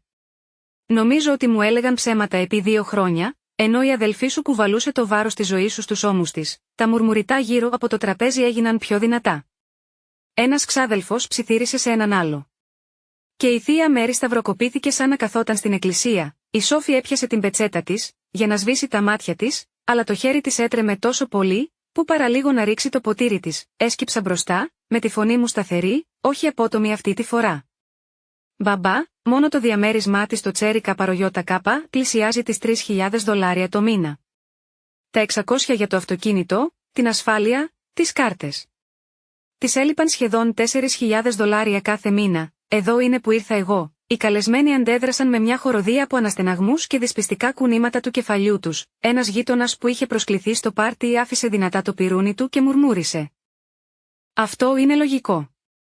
Πάντα αναρωτιόμουν πώς μπορούσε να αντέξει οικονομικά αυτό το σπίτι με το μισθό ενός διευθυντή λιανικής πώλησης. Το κεφάλι της Σόφη έστριψε προς το μέρος του, τα μάτια της άνοιξαν διάπλατα, αλλά δεν της είχε απομείνει καμία άμυνα. Ο πατέρας μου κάθισε αργά πίσω, με το πρόσωπό του να έχει χάσει το χρώμα του. Γύρισε ξανά προς το μέρος της, με τα λόγια του πιο ήσυχα αλλά πιο έντονα από πριν. Μου είπες ότι πήρες προαγωγή σε περιφερειακό διευθυντή. Μου είπες ότι έβγαζες 90.000 το χρόνο, τα χείλη της έτρεμαν καθώς φρέσκα δάκρυα έτρεχαν στα μάγουλά της. Νόμιζα ότι θα ερχόταν. Σκέφτηκα ότι αν έκανα να φαίνεται ότι τα είχα καταφέρει, ίσως συνέβαινε. Είπες ψέματα, είπε απλά, εκείνη ανατρίχιασε, σαν να την είχε χτυπήσει η ίδια η λέξη. Για μια στιγμή, κανείς δεν κουνήθηκε. Τότε η θεία Τζένιφερ άφησε την πετσέτα της τακτοποιημένη στο τραπέζι και μίλησε με ήρεμη σταθερότητα. Ρίτσαρντ. Νομίζω ότι πρέπει να το ακούσεις αυτό από μένα. Έχω παρακολουθήσει την Κλέρ να χτίζει την επιχείρησή της μέρα και νύχτα. Ήταν σταθερή, αξιόπιστη και έξυπνη. Αν κάποιος εδώ μέσα αξίζει αναγνώριση απόψε, είναι αυτή, όχι η Σόφη. Τα λόγια της έμοιαζαν να διαπερνούν το τραπέζι. Οι καλεσμένοι έγνεψαν, κάποιοι μουρμούρισαν ότι συμφωνούν. Τα μάτια του πατέρα μου έπεσαν πάνω μου, το πρόσωπό του μετατοπίστηκε, σαν να με έβλεπε για πρώτη φορά διαφορετικά. Οι λυγμοί της Σόφη γέμισαν τον αέρα, απελπισμένοι τώρα. Κλέρ, σε παρακαλώ, σταμάτα το αυτό. Υποσχέθηκες ότι θα το κρατούσαμε μυστικό. Την κοίταξα, η καρδιά μου χτυπούσε δυνατά, αλλά η φωνή μου ήταν ήρεμη. Όχι, Σόφη. Υποσχέθηκες ότι θα τα καταφέρεις. Υποσχέθηκες ότι θα με ξεπληρώσεις. Το μόνο που έκανα ήταν να σε κρατήσω από το να πνιγείς, ενώ εσύ προσποιείσαι ότι εσύ ήσουν αυτός που κολυμπούσε. Το δωμάτιο έμεινε πάλι ακίνητο. Το χέρι του πατέρα μου έτριψε το σαγόνι του. Σαν να προσπαθούσε να σβήσει την ντροπή. Από την άλλη άκρη του τραπεζιού, ένας από τους παλιούς συνεργάτες της Σόφη, προσκεκλημένος ως καλεσμένος, καθάρισε το λαιμό του. Μάλλον δεν θα έπρεπε να το πω αυτό, αλλά αφού όλα βγήκαν τώρα στη φόρα, η Σόφη δεν πήρε ποτέ προαγωγή. Επιβλέπει 3 συνεργάτες στην μπουτίκ. Αυτό είναι όλο, ξανά ξέσπασαν αναστεναγμοί και ψίθυροι, άλλοι αιχμηροί, άλλοι λυπημένοι. Η Σόφη κάλυψε το πρόσωπό της, με τους ώμους της να τρέμουν βίαια, η φωνή του πατέρα μου έσπασε, γεμάτη δυσπιστία. Τόσο καιρό. Γύρισε προς το μέρος μου, με τα μάτια του ορθάνυχτα. Και εσύ, τι ακριβώς κάνεις με την επιχείρησή σου? Δίστασα για μια στιγμή και μετά μίλησα καθαρά, με τα λόγια μου να ηχούν στο τεταμένο δωμάτιο. Πέρυσι, η Summit Provisions απέφερε $1,2 εκατομμύρια. Μετά τα έξοδα, ξεκαθάρισα περίπου 600.000, το συλλογικό αναστεναγμό ήταν σχεδόν ακουστό. Οι συγγενείς έγειραν προς τα πίσω στις καρέκλες τους, με τα μάτια τους ορθάνυχτα. Με τα μουρμουριτά να γίνονται όλο και πιο δυνατά. Ένας ξάδελφος ψιθύρισε, αυτά είναι περισσότερα από όσα βγάζουν οι περισσότεροι γιατροί. Οι λυγμοί της Σόφη μετατράπηκαν σε ένα είδος κλαψούρισμα. Το μακιγιάζ της έτρεξε στα μάγουλά της, το φόρεμά της τσαλακώθηκε από το πόσο σφιχτά έσφιγγε τον εαυτό της. Ο πατέρας μου με κοίταξε σαν να μην με είχε ξαναδεί ποτέ πραγματικά. Το στόμα του άνοιξε και μετά έκλεισε, σαν να μην μπορούσε να σχηματίσει λέξεις. Κοίταξε το ποτήρι με το κρασί που ήταν ακόμα μισογεμάτο μπροστά του και μετά με κοίταξε ξανά, με την ντροπή να θολώνει το πρόσωπό του. Η Σόφη προσπάθησε ξανά, η φωνή της ήταν βραχνή. Κλέρ, δεν μπορείς να με διακόψεις έτσι απλά. Το νίκη μου λύγει σε λίγες μέρες. Έχω πιστωτικές κάρτες, το αυτοκίνητό μου, τη συνδρομή μου στο γυμναστήριο. Οι λέξεις αιωρούνταν στον αέρα, σχεδόν παράλογες ενάντια στο βάρος όλων των άλλων. Μερικοί καλεσμένοι αντάλλαξαν ματιές. Κάποιοι κούνησαν το κεφάλι τους. Ίσως θα έπρεπε να το σκεφτείς αυτό πριν αφήσεις τον μπαμπά να πιστέψει ότι τα κάνεις όλα μόνη σου, είπα, με τον τόνο μου ομοιόμορφο αλλά ανυποχώρητο. Η Σόφη έκλαιγε πιο δυνατά, με το κεφάλι της να πέφτει στα χέρια της. Ο πατέρας μου πίεσε τις παλάμες του στο τραπέζι, με τη φωνή του χαμηλή και τραχιά. Αρκετά. Το πάρτι τελείωσε. Αλλά κανείς δεν κουνήθηκε, τα φωτάκια του δέντρου τρεμόπαιζαν στη γωνία, ρίχνοντας σπασμένες αντανακλάσεις στα ποτήρια του κρασιού, το γέλιο και η μουσική από νωρίτερα είχαν χαθεί προπολού, και καθώς η σιωπή εγκαταστάθηκε για άλλη μια φορά, συνειδητοποίησα ότι τίποτα στην οικογένειά μας δεν θα έμοιαζε ποτέ ξανά το ίδιο. Ο πατέρας μου ξανακάθισε αργά, με το πρόσωπο του χλωμό, σαν το βάρος της βραδιάς να είχε κλέψει τη δύναμη από τα πόδια του. Οι καλεσμένοι μετακινήθηκαν στις θέσεις τους, ψιθυρίζοντας σε χαμηλούς τόνους που έφεραν περισσότερο κρίση παρά συμπάθεια. Οι λυγμοί της Όφη δυνάμωσαν, γέμισαν τον αέρα. Και εκείνη έσφιξε το βραχιόλι στον καρπό της, σαν να μπορούσε να την αγκυροβολήσει. Η φωνή του μπαμπά διαπέρασε το θόρυβο, βαριά και ακατέργαστη. «Σόφη, μου είπες ότι έβγαζες 90.000 ευρώ. Είπες ότι είχες έναν περιφερειακό ρόλο». Κούνησε το κεφάλι του, με τα χέρια του να τρέμουν πάνω στο τραπεζομάντιλο. Ήταν όλα αυτά ψέματα. Η Σόφη σήκωσε τα πρισμένα μάτια της, με τα δάκρυα να διαγράφουν μαύρες γραμμές στα μάγουλά της. «Ήθελα απλώς να είσαι περήφανος για μένα, σκέφτηκα ότι αν προσποιούμουν για αρκετή ώρα ίσως αυτό να γινόταν πραγματικότητα». Οι λέξεις κρέμονταν στον αέρα θλιβερά και κενά. Η θεία Μέρη μουρμούρισε κάτι για το ότι η περηφάνεια έρχεται πριν από την πτώση, και ο θείος το μαναστέναξε, κοιτάζοντας το ανέγκυχτο γλυκό του. Το πρόσωπο του πατέρα μου άλλαξε από δυσπιστία σε θυμό, με το σαγόνι του σφιγμένο. «Καταλαβαίνεις τι έκανες?» απέτησε. «Αντιλαμβάνεσαι πόσες φορές συνέκρινα την Κλέρ με σένα, πόσες φορές την εξευτέλισα ενώ σε εξυμνούσα?» Η Σόφη κλαψούρισε πιέζοντας την πετσέτα στο πρόσωπό της. «Δεν πίστευα ότι θα έφτανε τόσο μακριά», η φωνή του πατέρα μου ανέβηκε απότομα από την προδοσία. «Στάθηκες εκεί και με άφησες να πιστέψω, με άφησες να καυχηθώ ενώ η Κλέρ σε κουβαλούσε». Οι καλεσμένοι ανακοινήθηκαν, κάποιοι κούνησαν το κεφάλι τους, άλλοι κούνησαν το κεφάλι τους. Η αίθουσα είχε μετατραπεί σε αίθουσα δικαστηρίου και η Σόφη καθόταν στο κέντρο χωρίς καμία υπεράσπιση. Μίλησα απαλά, η φωνή μου ήταν ομοιόμορφη. «Μπαμπά, δεν σε διόρθωσε ποτέ, γιατί το ψέμα την εξυπηρετούσε. Κάθε φορά που την αποκαλούσες επιτυχημένη, σε άφηνε. Κάθε φορά που με αποκαλούσες αποτυχημένη, το άφηνε και αυτό να ισχύει». Η Σόφη πέταξε την πετσέτα, το πρόσωπό της ήταν μελανιασμένο, η μάσκαρα της είχε σχεδόν εξαφανιστεί. «Δεν ήταν έτσι», φώναξε. «Θα το διόρθωνα». «Πότε?» ρώτησα, γέρνοντας ελαφρώς μπροστά, «μετά από 2 χρόνια, μετά από άλλα 96.000, ή αφού παραδεχτείς επιτέλους ότι πνιγώσουν?» Κούνησε βίαια το κεφάλι της. Σαν να μπορούσε να αποτινάξει την ίδια την αλήθεια. Από την άλλη άκρη του τραπεζιού, ο συνάδελφος που είχε μιλήσει νωρίτερα καθάρισε ξανά το λαιμό του. «Για όμικρον με τόνο, τι αξίζει?» Η Σόφη δεν ήταν ποτέ στη σειρά για προαγωγή. Ο διευθυντής μας δεν ανέφερε ούτε μια φορά το όνομά της. Ένα νέο κύμα ψιθύρων κυλούσε στους καλεσμένους. Η Σόφη έβγαλε έναν σπασμένο λυγμό, σφίγγοντας το στομάχι της σαν η ίδια η ντροπή να την είχε διπλασιάσει. Τα χέρια του πατέρα μου έπιασαν την άκρη του τραπεζιού, με τις αρθρώσεις του άσπρες. «Για 2 χρόνια», είπε αργά, «σε παρουσίαζα ως το καμάρι μου, ενώ έλεγα στην Κλέρ ότι έπρεπε να συμμαζευτεί». Έστρεψε τα μάτια του προς το μέρος μου, με την έκφρασή του να διαστρεβλώνεται από ντροπή. «Κλέρ, δεν ξέρω τι να πω», κράτησα το βλέμμα του, η καρδιά μου χτυπούσε δυνατά, αλλά η φωνή μου ήταν σταθερή. «Δεν υπάρχει τίποτα να πεις». Η αλήθεια βγήκε τώρα, κατάπιε δυνατά, το μήλο του Αδάμ του κουνήθηκε. Και μετά τα μάτια του μετατοπίστηκαν ξανά στη Σόφη. Όλες εκείνες οι χριστουγεννιάτικες κάρτες, όλες εκείνες οι συζητήσεις με τους γείτονες, όλες οι φορές που σε επενούσα ενώ κορόιδευα την αδελφή σου. «Έχεις ιδέα πώς με κάνει να φαίνομαι αυτό?» Η Σόφη έκλαψε πιο δυνατά, με τα λόγια της να σκοντάφτουν ανάμεσα σε λυγμούς. «Ήμουν φοβισμένη. Δεν ήθελα να νομίζεις ότι είμαι αδύναμη». «Δεν είσαι αδύναμη εξαιτίας του χρέους», είπε σκληρά ο πατέρας μου. «Είσαι αδύναμη εξαιτίας των ψεμάτων». Το δωμάτιο φάνηκε να συρρυκνώνεται κάτω από το βάρος της φωνής του. Τα χριστουγεννιάτικα φώτα αναβόσβηναν, κοροϊδεύοντας την ένταση που είχε πνίξει κάθε χαρά. Η φωνή της θείας Τζένιφερ έσπασε τη σιωπή που ακολούθησε. «Ρίτσαρντ, πρέπει να δεις και την Κλέρ καθαρά τώρα. Αυτή ήταν η σταθερή από την αρχή. Οι υπόλοιποι από εμάς το ξέραμε. Ίσως ήρθε η ώρα να το καταλάβεις και εσύ». Τα μάτια του με κοίταξαν ξανά, ερευνητικά, στοιχειωμένα. Γύρω από το τραπέζι, ο κόσμος έγνεψε συμφωνώντας. Ένας ξάδελφος ψιθύρισε. Η Κλέρ ήταν η μόνη με πραγματική πυγμή. Οι κραυγές της Σόφη έγιναν απελπισμένες, τα λόγια της έπεφταν στα χέρια της. «Κλέρ, σε παρακαλώ, μη με αποκόψεις. Σε παρακαλώ, δεν μπορώ να χάσω το διαμέρισμά μου. Δεν μπορώ να ζήσω σαν ένα τίποτα, τα λόγια της έσπασαν κάτι μέσα μου. Την κοίταξα, με τη φωνή μου χαμηλή αλλά σταθερή. Έπρεπε να το είχε σκεφτεί αυτό πριν χτίσεις μια ζωή πάνω σε ψέματα, το δωμάτιο έμεινε πάλι ακίνητο. Ο πατέρας μου εξέπνευσε μια βαριά ανάσα, τρίβοντας τον κρόταφό του.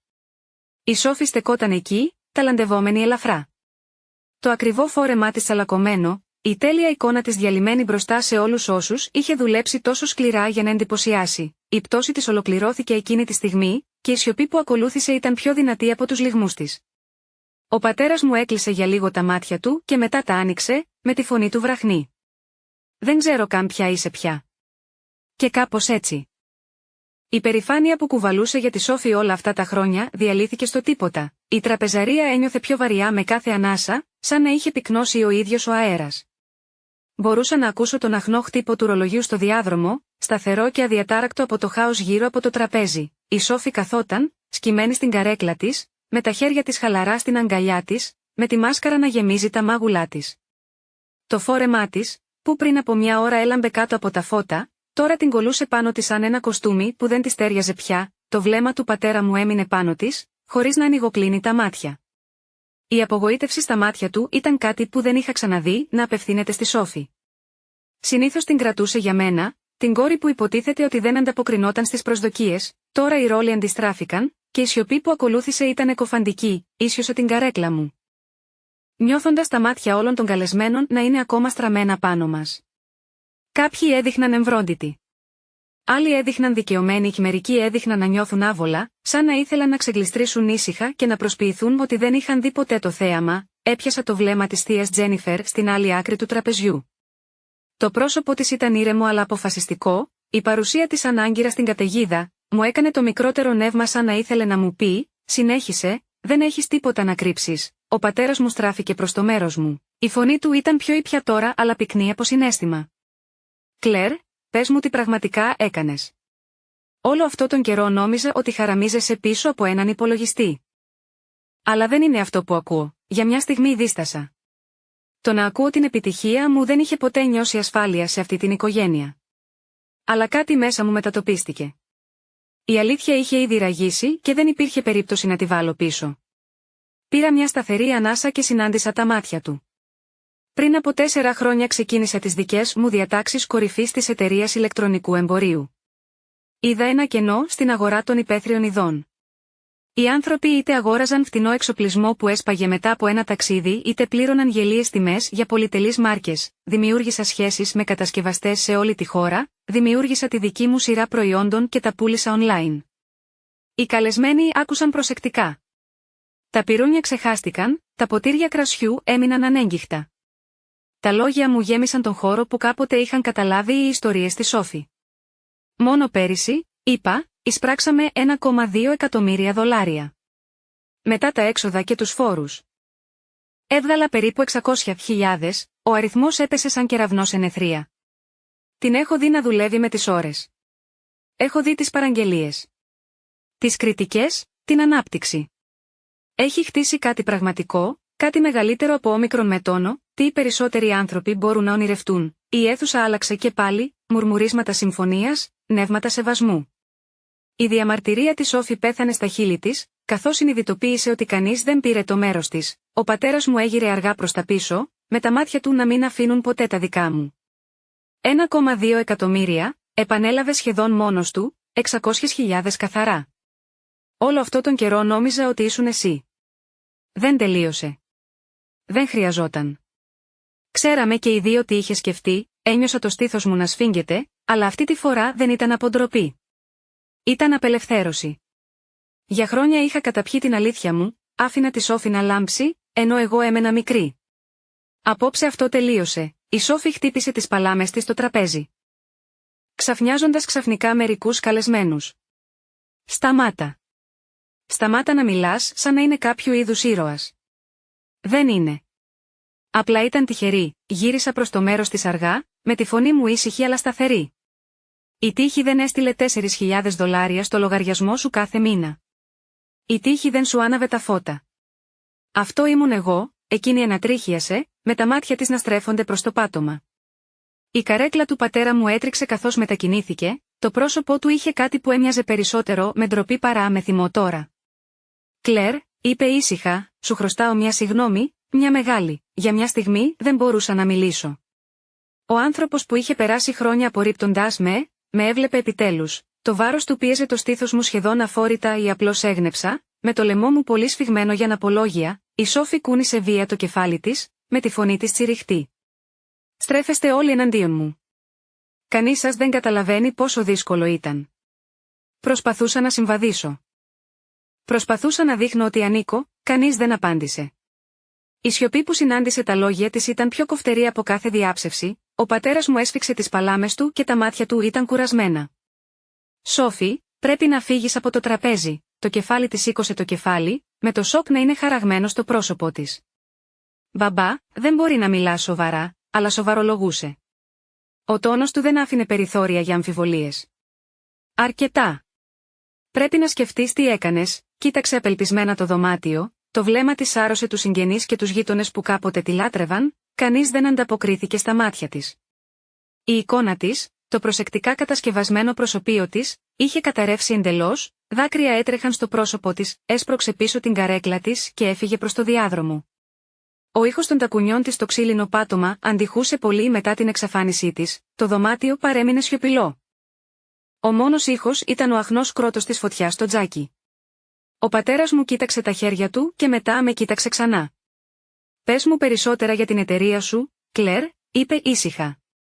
«Θέλω να καταλάβω τι απέρριψα τόσο καιρό», και εκείνη τη στιγμή, με τους λυγμούς της Σόφη να σβήνουν κάπου στο βάθος του διαδρόμου, συνειδητοποίησα ότι η ιστορία της οικογένειάς μας είχε αλλάξει για πάντα. Ο διάδρομος αντιχούσε από το χτύπημα μιας πόρτας και μετά από τη σιωπή. Μερικοί καλεσμένοι μετακινήθηκαν στις θέσεις τους, φανερά άβολα, αλλά κανείς δεν τόλμησε να σηκωθεί. Ο πατέρας μου καθόταν με τα χέρια του διπλωμένα, το κρασί του ανέγγιχτο. Με τα μάτια του βαριά σαν να τον είχε γεράσει 10 χρόνια η τελευταία ώρα, η ζεστή λάμψη του χριστουγεννιάτικου δέντρου πίσω του έμοιαζε σχεδόν σκληρή μπροστά στα συντρίμμια αυτού που υποτίθεται ότι ήταν μια γιορτή. Το στήθος μου έσφιξε καθώς προσπαθούσα να σταθεροποιήσω τον εαυτό μου. Η αδρεναλίνη που με είχε παρασύρει κατά τη διάρκεια της αντιπαράθεσης είχε αρχίσει να εξαντλείται αφήνοντας πίσω της ένα παράξενο μείγμα εξάντλησης και διάβγειας. Για πρώτη φορά δεν ήμουν εγώ αυτή που συρρυκνωνόταν στη σκιά της αδελφής μου. Για μια φορά, η αλήθεια ήταν στο τραπέζι, το γδάρσιμο μιας καρέκλας τράβηξε την προσοχή μου. Ήταν ο Μαρκ Στίβενς, το αγόρι της Σόφη, που καθόταν 2 θέσεις μακριά της όλο το βράδυ. Ήταν σιωπηλός σε όλη τη διάρκεια της δοκιμασίας, το πρόσωπο του δυσανάγνωστο, αλλά τώρα σηκώθηκε, ήταν ψηλός, με περιποιημένα σκούρα μαλλιά και ένα κοστούμι που έμοιαζε σαν να είχε ραφτεί για τραπεζίτη. Καθάρισε το λαιμό του, ο ήχος ήταν οξύς μέσα στη σιωπή. «Νομίζω ότι πρέπει να πω κάτι». Άρχισε, με τον τόνο του μετρημένο. Τα μάτια του πέρασαν από το τραπέζι και μετά έπεσαν στον πατέρα μου. «Κύριε Ντόσον, βγαίνω με τη Σόφη εδώ και λίγο περισσότερο από 1 χρόνο, δεν ήξερα τίποτα από όλα αυτά». Το δωμάτιο άλλαξε και πάλι. Οι καλεσμένοι έσκυψαν, περίεργοι, περιμένοντας. Το σαγόνι του Μαρκ σφίχτηκε. Μου είπε ότι έβγαζε σχεδόν εξαψήφιο ποσό. Μου είπε ότι είχε έναν αποταμιευτικό λογαριασμό τον οποίο δημιουργούσε για να αγοράσει ένα διαμέρισμα. Την πίστεψα. Αλλά αν αυτά που άκουσα απόψε είναι αλήθεια, τότε δεν ξέρω με ποιον ήμουν μαζί, τα χείλη του πατέρα μου πιέστηκαν σε μια βλοσίρη γραμμή. Ο Μαρκ συνέχισε, με τη φωνή του πιο ψυχρή τώρα. «Εργάζομαι στα οικονομικά. Ξέρω πως μοιάζει το χρέος και ξέρω πόσο καταστροφικό μπορεί να είναι. Αν μου λέει ψέματα όπως λέει ψέματα σε όλους εσάς, τότε δεν μπορώ να χτίσω μια ζωή μαζί της». Οι υπόκοφοι λυγμοί της Σόφη μεταφέρθηκαν αμυδρά από το τέλος του διαδρόμου. Αλλά δεν επανεμφανίστηκε. Οι καλεσμένοι κοίταζαν ο ένας τον άλλον με μεγάλα μάτια. Δεν ήταν πια μόνο οικογένεια. Ήταν ο σύντροφος της Σόφη που έφευγε σε πραγματικό χρόνο. Ο Μαρκ ίσιοσε το σακάκι του και γύρισε προς το μέρος μου. «Κλέρ, λυπάμαι που έπρεπε να κουβαλάς αυτό το βάρος. Σου άξιζε κάτι καλύτερο από το να σε παρουσιάζουν ως αποτυχημένη, ενώ την κάλυπτες». Κατάφερα να κάνω ένα μικρό νεύμα, πολύ ζαλισμένη για να μιλήσω. Με αυτό, γύρισε και κατευθύνθηκε προς την πόρτα. Ο ήχος του κλεισίματος της πίσω του ήταν οριστικός, σαν το τέλος ενός κεφαλαίου. Το μουρμουριτό άρχισε πάλι, πιο δυνατά. Αυτή τη φορά οι άνθρωποι δεν μπορούσαν να συγκρατήσουν άλλο τις σκέψεις τους. Ένας ξάδελφος ψιθύρισε ότι η Σόφη καυχιόταν ότι έπαιρνε τον Μάρκ σε πολυτελή ταξίδια. Η θεία Μέρι είπε ότι κάποτε είχε ζητήσει συμβουλές από τη Σόφη για να εξοικονομήσει χρήματα, για να της πουν αυτάρεσκα ότι έπρεπε να δουλέψει περισσότερο. Όπως η Σόφη. Η υποκρισία ήταν πιο βαθιά τώρα που αποκαλύφθηκε η αλήθεια, ο πατέρας μου έτριψε το μέτωπό του και η φωνή του βράχνιασε.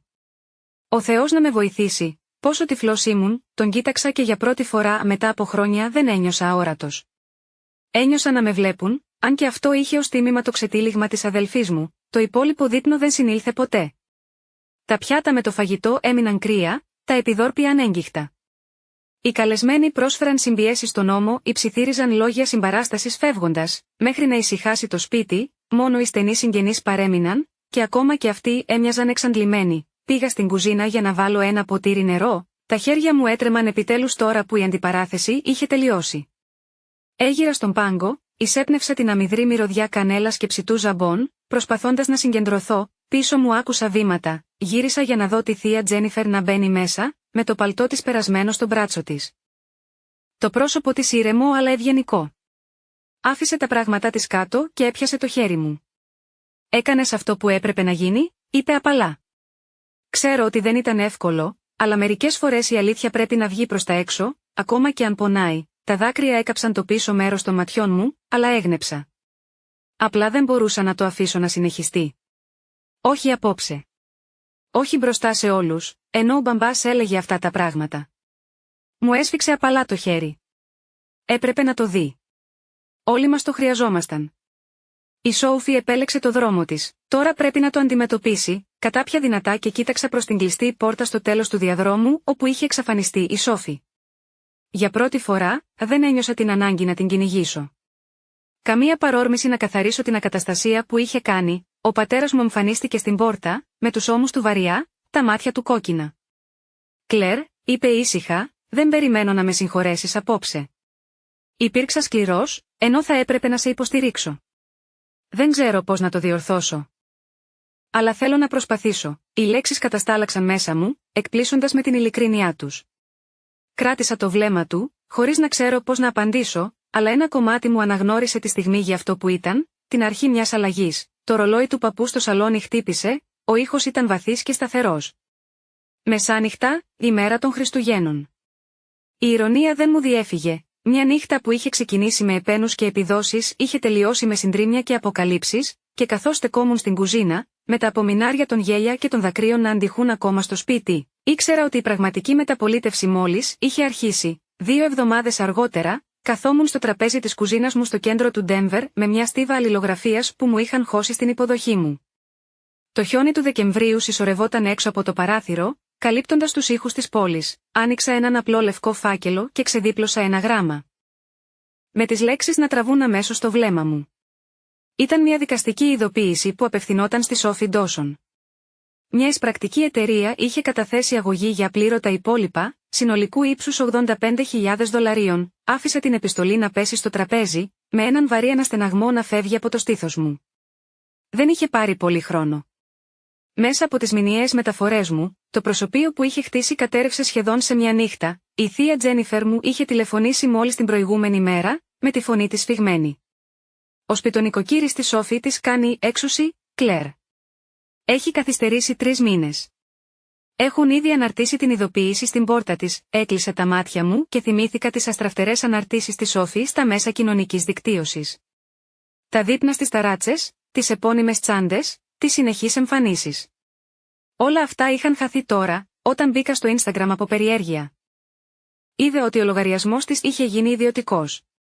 Οι περισσότερες από τις παλιές της αναρτήσεις είχαν διαγραφεί, λες και η διαγραφή των φωτογραφιών θα μπορούσε να σβήσει τη μνήμη.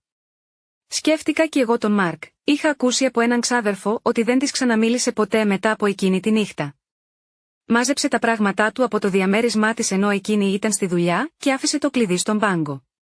Κάπως έτσι διαλύθηκε η προσεκτικά δημιουργημένη σχέση της, ο ήχος του τηλεφώνου μου με έβγαλε από τις σκέψεις μου. Ήταν ένα μήνυμα από τη Σόφη. «Κλέρ, σε παρακαλώ. Ξέρω ότι με μισείς αυτή τη στιγμή, αλλά δεν ξέρω τι να κάνω. Με απειλούν ότι θα μου κατασχέσουν τους μισθούς μου. Δεν μπορώ να επιβιώσω έτσι. Σε παρακαλώ, βοήθησέ με μέχρι να βρω μια λύση, κοίταξα τις λέξεις και ο αντίχειράς μου αιωρήθηκε πάνω από την οθόνη. Η ίδια απελπισία που είχα δει πριν από 2 χρόνια όταν καθόταν στον καναπέ μου ήταν ακριβώς εκεί στο μήνυμά της, αλλά κάτι μέσα μου είχε σκληρύνει. Πληκτρολόγησα αργά.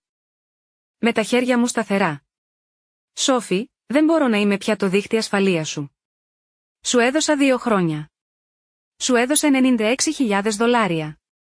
Επέλεξες να ζήσεις ένα ψέμα. Τώρα πρέπει να αντιμετωπίσεις τις συνέπειες. Πάτησα αποστολή, με το στήθος μου βαρύ, αλλά σταθερό. Το επόμενο πρωί πήγα στο Commerce City για να ελέγξω την αποθήκη όπου η Summit Provisions έκανε τη διανομή. Η αποβάθρα φόρτωσης ήταν απασχολημένη, εργάτες μετακινούσαν παλέτες με σκηνές και σόμπες, φορτηγά έμπαιναν και έβγαιναν, περπάτησα στους διαδρόμους, στα ράφια με τον εξοπλισμό στον οποίο είχα χτίσει το όνομά μου, και για πρώτη φορά μετά από εβδομάδες ένιωσα σταθερός. Η επιχείρησή μου ήταν δυνατή. Οι επιλογές μου ήταν σωστές. Όταν επέστρεψα στο σπίτι εκείνο το βράδυ, υπήρχε άλλο ένα μήνυμα από τη θεία Τζένιφερ.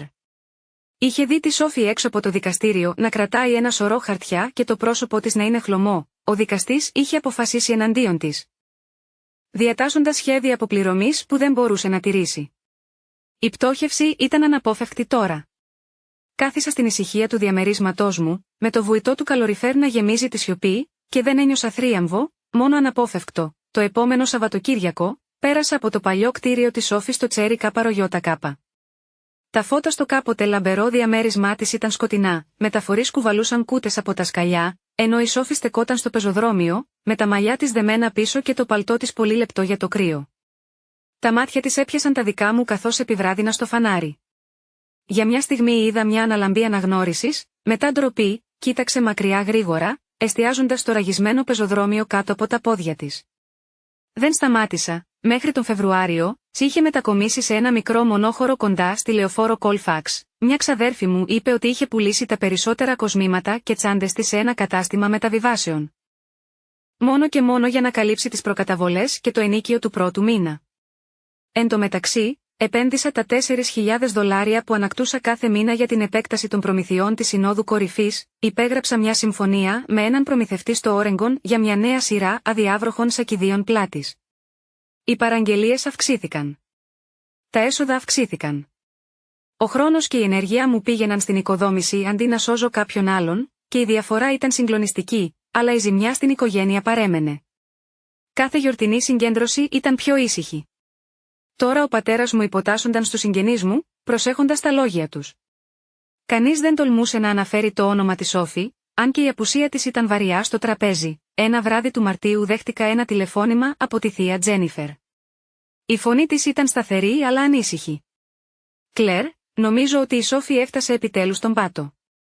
Ήρθε σε μένα και μου ζήτησε να της δανείσω χρήματα. Της είπα όχι. Της είπα ότι πρέπει να αντιμετωπίσει αυτό που έκανε. Αλλά μοιάζει χαμένη, καθόμουν σιωπηλή, με το τηλέφωνο πιεσμένο στο αυτί μου, με την καρδιά μου σε σύγκρουση.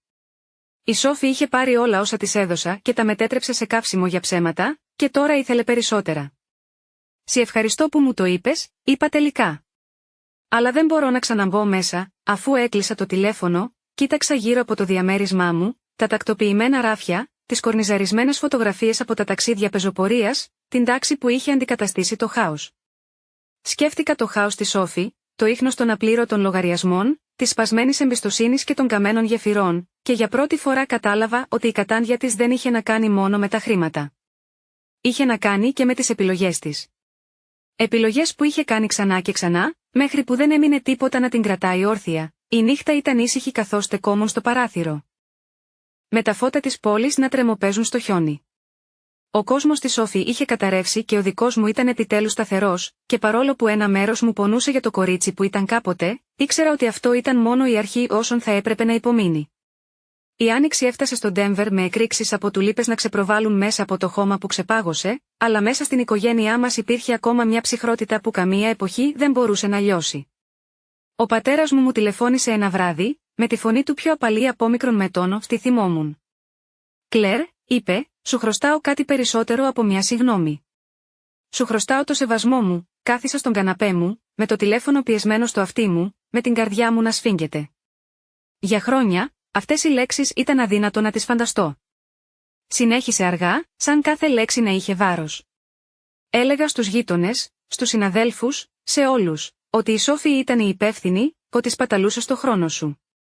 Σε χρησιμοποιούσα ως παράδειγμα αποτυχίας, Κλέρ. Ενώ όλο αυτό το διάστημα εσύ ήσουν εκείνη που έχτιζε κάτι αληθινό, η σιωπή ανάμεσά μας τεντώθηκε βαριά από χρόνια πληγής. Έκλεισα τα μάτια μου, με τις αναμνήσεις να πλημμυρίζουν από κάθε γιορτή όπου επενούσε τη Σόφη και με κοίταζε με απογοήτευση. Το να τον ακούω να το παραδέχεται τώρα αναστάτωσε κάτι που δεν μπορούσα να ονομάσω. «Μπαμπά», είπα ήσυχα, «δεν έχω ανάγκη να είσαι περήφανος για μένα εξαιτίας των χρημάτων. Ήθελα απλώς να με ακούσεις», η φωνή του έσπασε. «Ακούω τώρα», όταν κλείσαμε το τηλέφωνο, κάθισα ακίνητη για πολλή ώρα, κοιτάζοντας την κορνιζαρισμένη φωτογραφία στον τοίχο μου από ένα ταξίδι πεζοπορίας που είχα κάνει χρόνια πριν, μόνο εγώ σε μια βουνοκορφή, με τα χέρια ανοιχτά στον άνεμο. Συνειδητοποίησα ότι αυτή ήμουν πάντα, είτε το έβλεπε ο πατέρας μου είτε όχι. Τον Απρίλιο, η ευρύτερη οικογένειά μας συγκεντρώθηκε για το Πάσχα. Το τραπέζι ήταν μικρότερο αυτή τη φορά. Λιγότεροι καλεσμένοι, πιο ήσυχες συζητήσεις. Η Σόφη απουσίαζε. Φυσικά, το όνομά της αιωρούνταν στον αέρα ανίποτο, αν και η σιωπή μετέφερε την παρουσία της περισσότερο από όμικρον με τόνο, τι θα μπορούσαν να κάνουν οι λέξεις. Όταν υπόθηκε το Grace, ο πατέρας μου καθάρισε το λαιμό του. Τα χέρια του έτρεμαν ελαφρά καθώς κρατούσε το πυρούνι του και τα μάτια του συνάντησαν τα δικά μου απέναντι από το τραπέζι. «Χρωστάω σε όλους εδώ την αλήθεια», είπε. Για χρόνια επενούσα τη Σόφη σαν να κουβαλούσε μόνη της τον εαυτό της, ενώ στην πραγματικότητα ήταν η Κλέρ που την κουβαλούσε. Έκανα λάθος. Ήμουν τυφλός. Και θέλω όλοι σας να ξέρετε ότι είμαι περήφανος για την Κλέρ. Οι αναστεναγμοί έκαναν κύκλους γύρω από το τραπέζι. Η θεία Μέρη ταμπονάρισε τα μάτια της με μια χαρτοπετσέτα. Τα ξαδέρφια έγνεψαν. Μια ζεστασιά απλώθηκε στο στήθος μου, γλυκόπικρη αλλά αναμφισβήτητη. Μετά το δείπνο, η θεία Τζένιφερ με τράβηξε στην άκρη στην κουζίνα. «Βλέπεις τι κάνει η ειλικρίνεια», είπε απαλά. «Δεν απελευθερώθηκες μόνος σου εκείνο το βράδυ. Κλέρ. Ελευθέρωσες και εκείνον». Τα λόγια της έμειναν για πολύ καιρό αφού έφυγε, αλλά έξω από την οικογένειά μας, ο κόσμος της Σόφη συνέχισε να συρρυκνώνεται. Άκουσα μέσω ενός φίλου ότι οι παλιοί συνάδελφοί της ψιθύριζαν για τα ψέματά της. Κάποιος μάλιστα έγραψε ένα αιχμηρό σχόλιο στο διαδίκτυο, στο οποίο αναρωτιόταν τι απέγινε εκείνη η μεγάλη προαγωγή για την οποία καυχιόταν. Η Σόφη διέγραψε εντελώς το προφίλ της λίγο καιρό μετά, μέχρι τον Μάιο, είχε καταθέσει αίτηση πτώχευσης. Οι ειδοποιήσεις του δικαστηρίου ήταν δημόσιο αρχείο. Οι πιστωτικές της κάρτες, το δάνειο του αυτοκινήτου της, ακόμη και οι απλήρωτοι ιατρικοί λογαριασμοί βγήκαν στην επιφάνεια. Έχασε τα τελευταία κομμάτια της παλιάς της ζωής με μια κίνηση. Ένα απόγευμα, ο πατέρας μου πέρασε απροειδοποιητά από το διαμέρισμά μου, φαινόταν κάπως μικρότερος, με τους ώμους του σκυφτούς, ένας άνθρωπος ταπεινωμένος από τις δικές του λανθασμένες αποφάσεις. Ρώτησε αν μπορούσε να δει που δούλευα, του έδειξα το γραφείο μου στο σπίτι. Τα ράφια στιβαγμένα με δείγματα, τις δύο οθόνες που έλαμπαν από λογιστικά φύλλα και παραγγελίες. Του εξήγησα πως λειτουργούσε η εκτέλεση μέσω της αποθήκης, πως παρακολουθούσα τα αποθέματα και διαπραγματευόμουν με τους προμηθευτές. Άκουγε πραγματικά, τα μάτια του ακολουθούσαν κάθε χειρονομία, κάθε διάγραμμα που του έδειχνα. Όταν τελείωσα, έγνεψε αργά. Συνήθιζα να πιστεύω ότι η επιτυχία φαινόταν μόνο με έναν τρόπο: κοστούμια, τίτλοι, κτίρια με το όνομά σου πάνω τους. Έκανε μια παύση, με τα μάτια του υγρά. Δεν θα μπορούσα να κάνω μεγαλύτερο λάθος, κατάπια τον κόμπο στο λαιμό μου. Για πρώτη φορά μιλούσε τη γλώσσα μου. Την επόμενη εβδομάδα, επανεπένδυσα τα χρήματα που είχα δώσει κάποτε στη Σόφη σε μια νέα εκστρατεία για την επέκταση της Summit Provisions στις ευρωπαϊκές αγορές. Η ανταπόκριση ήταν άμεση. Οι παραγγελίες διπλασιάστηκαν και οι δυνατότητες επεκτάθηκαν περισσότερο από όσο είχα επιτρέψει στον εαυτό μου να φανταστεί. Εν τω μεταξύ, η Σόφη πάλευε να κρατήσει οτιδήποτε. Μετακόμισε σε μια γκαρσονιέρα με ξεφλουδισμένη μπογιά και χωρίς πλυντήριο πιάτων. Μια ξαδέλφη που την επισκέφθηκε είπε ότι το σπίτι μύριζε ελαφρώς μούχλα, τα ρούχα της ήταν στιβαγμένα σε πλαστικούς κάδους επειδή δεν είχε πια κομοδίνο. Η εικόνα που είχε περάσει χρόνια χτίζοντας είχε χαθεί. Αυτό που είχε απομείνει ήταν μόνο η Σόφη, ομή και εκτεθειμένη, τελικά αναγκασμένη να ζήσει μέσα στα όρια των επιλογών της. Ένα βράδυ του Ιουνίου, ο πατέρας μου με κάλεσε για δείπνο σε ένα μικρό εστιατόριο κοντά στο City Park. Κάθισε στο απέναντί μου τραπέζι, παρήγγειλε καφέ και δίπλωσε τα χέρια του. «Θέλω να σε ρωτήσω κάτι», είπε, σήκωσα ένα φρύδι. Θα ήθελες να μου μάθεις περισσότερα για την επιχείρησή σου, όχι για να παρέμβω, αλλά για να καταλάβω. Νιώθω σαν να έχω χάσει ολόκληρη τη ζωή σου, τον κοίταξα έκπληκτη. Μετά έγνεψα. Ναι, μπορώ να το κάνω αυτό. Οι ώμοι του χαλάρωσαν, και για πρώτη φορά μετά από δεκαετίες, η συζήτησή μας κύλησε. Έκανε ερωτήσεις.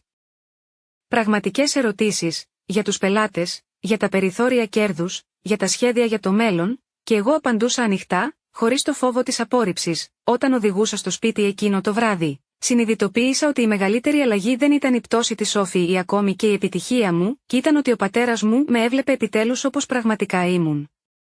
Παρόλα αυτά, ο πόνος παρέμενε. Κανένα ποσό αναγνώρισης δεν θα μπορούσε να σβήσει τα χρόνια της ευνοιοκρατίας, τις πληγές της σύγκρισης. Παρέμεναν σαν αμυδρά σημάδια, υπενθυμίσεις του τι είχε χαθεί, κι όμως, καθώς ο καλοκαιρινός ήλιος απλωνόταν μακριά στον ορίζοντα του Ντένβερ, ήξερα ότι η ισορροπία της οικογένειάς μας είχε αλλάξει για πάντα. Όταν μπήκε το φθινόπωρο, με τα δέντρα του Ντένβερ να γίνονται χρυσά κατά μήκος των δρόμων, η ζωή μου ένιωθε πιο σταθερή από ποτέ. Τα χρήματα που κάποτε έφευγαν από τον λογαριασμό μου κάθε μήνα, τώρα έμεναν εκεί που έπρεπε. Τροφοδοτώντας νέες ευκαιρίες για προμήθειες κορυφής, είχα προσλάβει 2 επιπλέον υπαλλήλους για τη διαχείριση της εξυπηρέτησης πελατών και τα βράδια μου δεν αναλώνονταν πλέον σε εξάντληση. Για πρώτη φορά μετά από χρόνια, μπορούσα να αναπνεύσω, ο πατέρας μου τηλεφωνούσε τώρα πιο συχνά. Μερικές φορές ρωτούσε για τους προμηθευτές ή την εφοδιαστική, αλλά άλλες φορές ήθελε απλώς να ακούσει για τη μέρα μου. Η φωνή του έφερε λιγότερη εξουσία και περισσότερη ταπεινότητα, σαν να μάθαινε ακόμα πώς να ξαναχτίζει τη σχέση που είχε διαλύσει. Τον άφησα. Δεν ήμουν έτοιμη να ξεχάσω, αλλά ήμουν πρόθυμη να τον αφήσω να προσπαθήσει. Η Σόφη, εντωμεταξύ, είχε εξαφανιστεί στο παρασκήνιο της ζωής μας. Δούλευε ακόμα στην μπουτίκ, αλλά η είδηση της χρεοκοπίας της διαδόθηκε γρήγορα. Οι φίλοι που κάποτε επενούσαν τον λαμπερό τρόπο ζωής της είχαν απομακρυνθεί. Μια ξαδέλφη μου είπε ότι σπάνια έστελνε πια αναρτήσεις στο διαδίκτυο, και όταν το έκανε, οι φωτογραφίες της έδειχναν κουρασμένες. Το χαμόγελό της αναγκαστικό. Δεν ζούσε πια στο Τσέρι Καπαρογιώτα Κάπα, το μικρό της διαμέρισμα κοντά στο Κόουλφαξ ήταν αμυδρά φωτισμένο, τα έπιπλά της ένα μείγμα από μεταχειρισμένα και μεταχειρισμένα αντικείμενα. Πέρασα από εκεί μια φορά αργά τον Οκτώβριο. Καθόταν στο πλατήσκαλο με μια χάρτινη σακούλα με ψώνια στα πόδια της. Τα μαλλιά της ήταν δεμένα πίσω, χωρίς μακιγιάζ, οι ώμοι της ήταν πεσμένοι. Δεν με είδε και δεν σταμάτησα, ένα αίσθημα θλίψης με κυρίευσε, αλλά μετριάστηκε με κάτι άλλο. Ζούσε τη ζωή για την οποία πάντα με κορόιδευε, αυτή που είχε όρια, αυτή που αντανακλούσε την πραγματικότητα αντί για τη φαντασία. Την ημέρα των ευχαριστειών εκείνης της χρονιάς, η οικογένειά μας συγκεντρώθηκε ξανά, μικρότερη αλλά πιο ήρεμη. Το τραπέζι ήταν στρωμένο με γαλοπούλα και όλα τα συνοδευτικά, και η κουβέντα ήταν ελαφριά.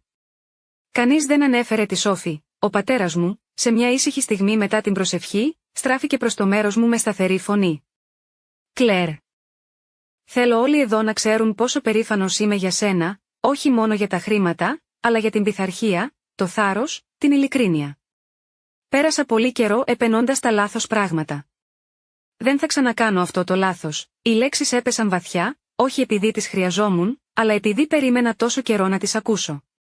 Η θεία Τζένιφερ έσφιξε τον ώμο μου, τα μάτια της ήταν απαλά, και ένιωσα κάτι να χαλαρώνει μέσα μου. Τον Δεκέμβριο, καθώς τα χριστουγεννιάτικα φώτα έστρωναν και πάλι τους δρόμους, σκεφτόμουν το πάρτι του προηγούμενου έτους. Τη νύχτα που τα ψέματα γκρεμίστηκαν και η αλήθεια βγήκε επιτέλους στην επιφάνεια, η αντίθεση ήταν σχεδόν σουρεαλιστική. Εκείνο το βράδυ είχε τελειώσει με δάκρυα, σπασμένη περηφάνεια και χτυπημένες πόρτες. Φέτος. Στόλισα το διαμέρισμά μου με απλές γυρλάντες και ένα δέντρο που διάλεξα μόνη μου. Η επιχείρησή μου είχε επεκταθεί διεθνώς και ετοιμαζόμουν για την κυκλοφορία ενός νέου προϊόντος. Δεν κουβαλούσα πλέον το βάρος των επιλογών της Σόφη. Την παραμονή των Χριστουγέννων, ο πατέρας μου ήρθε να με επισκεφτεί. Έφερε ένα μικρό τυλιγμένο κουτί αδέξια δεμένο με κορδέλα. Μέσα ήταν μια κορνιζαρισμένη φωτογραφία που είχε βρει με εμένα όταν ήμουν παιδί, καθισμένη μπροστά σε μια σκηνή σε μια από τις οικογενειακές μας εκδρομές για κάμπινγκ. Ο γραφικός του χαρακτήρα στο πίσω μέρος έλεγε: «Έπρεπε να είχα δει τη δύναμή σου τότε». Λυπάμαι που μου πήρε τόσο καιρό, τα δάκρυα θόλωσαν τα μάτια μου, αλλά χαμογέλασα. «Σε ευχαριστώ, μπαμπά». Καθίσαμε μαζί εκείνο το βράδυ πίνοντας καφέ, με τη λάμψη των φωτιστικών των δέντρων να αντανακλάται στο παράθυρο. Για πρώτη φορά δεν υπήρχε σύγκριση. Δεν υπήρχε σκιά που να κρέμεται από πάνω μας. Μόνο μια ήσυχη αναγνώριση. Καθυστερημένη αλλά βαθιά αισθητή, η Σόφη δεν ήρθε εκείνα τα Χριστούγεννα. Κανείς δεν την περίμενε. Η απουσία της ήταν η δική της παρουσία, μια υπενθύμηση των επιλογών που έγιναν και των γεφυρών που κάηκαν, αλλά δεν είχα πλέον την ανάγκη να την διορθώσω ή να υπερασπιστώ τον εαυτό μου. Αυτό το βάρος είχε επιτέλους φύγει, κοιτάζοντας πίσω συνειδητοποίησα ότι η εκδίκηση δεν είχε σκοπό να καταστρέψει τη Σόφη. Είχε να κάνει με την ανάκτηση του εαυτού μου, αφήνοντας την αλήθεια να μιλάει πιο δυνατά από τα ψέματα. Το κάρμα είχε κάνει τη δουλειά του όχι μέσω της σκληρότητας αλλά μέσω της έκθεσης, όμικρον με τόνο, τι είχε χτίσει πάνω στα φαινόμενα είχε καταρρεύσει, ενώ αυτό που είχα χτίσει στη σιωπή είχε γίνει πιο δυνατό, καθώς ο χρόνος άλλαζε και το χιόνι έπεφτε απαλά έξω. Ήξερα ότι η ζωή δεν θα ξαναγινόταν ποτέ όπως ήταν. Και δεν το ήθελα. Η ισορροπία είχε αλλάξει. Η αλήθεια είχε κατασταλάξει. Και είχα επιτέλους βρει γαλήνη στη δική μου ιστορία, αν σας έχουν συγκρίνει ποτέ άδικα, αν σας έχουν απορρίψει ποτέ, ενώ κάποιος άλλος φορούσε μια μάσκα επιτυχίας, ελπίζω η ιστορία μου να έχει απήχηση μαζί σας.